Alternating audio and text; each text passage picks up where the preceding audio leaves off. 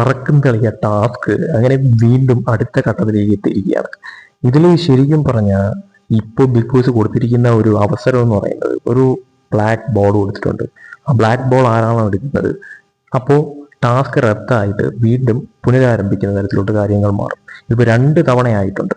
ഒന്ന് അക്ബർ എടുത്തു, ആ ടാസ്ക് വീണ്ടും റീമാച്ച് നടത്തി. അതിൽ ആര്യനായിരുന്നു ഏറ്റവും ടോപ്പ് എത്തിയത്, ബോളുകൾ കൂടുതലെടുത്ത ആര്യനെ. ഇപ്പോൾ രണ്ടാമത് വീണ്ടും റീമാച്ച് നടത്തി, അതിൽ ഷാനവാസിനായിരുന്നു ആ ബ്ലാക്ക് ബോൾ കിട്ടിയത്. അതിൽ ഏറ്റവും കൂടുതൽ എടുത്തത് അനീഷായിരുന്നു. ബോൾ 23 കണ്ടോ അനീഷ് എടുത്തിട്ടുണ്ടായിരുന്നു. അപ്പോൾ അനീഷിന് ഇത്തവണ 3-ാം സ്ഥാനത്ത് നിന്നും അക്ബറിനെ പിന്തള്ളിക്കൊണ്ട് 2-ാം സ്ഥാനത്ത് എത്താൻ സാധിക്കുമായിരുന്നു.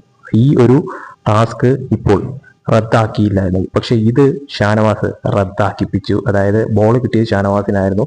ആ ബോള് ഷാനവാസ് ഉപയോഗിച്ചു, ടാസ്ക് റദ്ദാവുകയും ചെയ്തു. സോ ഇപ്പോഴും ആദ്യത്തെ ടാസ്ക് മാത്രമേ നടന്നിട്ടുള്ളൂ, 2ഉം 3ഉം റദ്ദാക്കപ്പെട്ടിരിക്കുകയാണ്.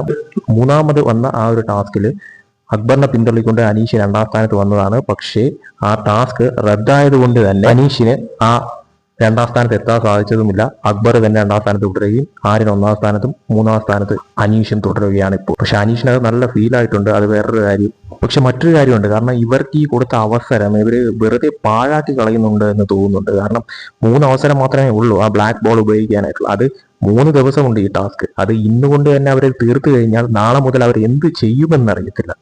എന്തായാലും കൂടുതൽ BB അപ്ഡേറ്റ്സുമായിട്ട് വീണ്ടും വരാം.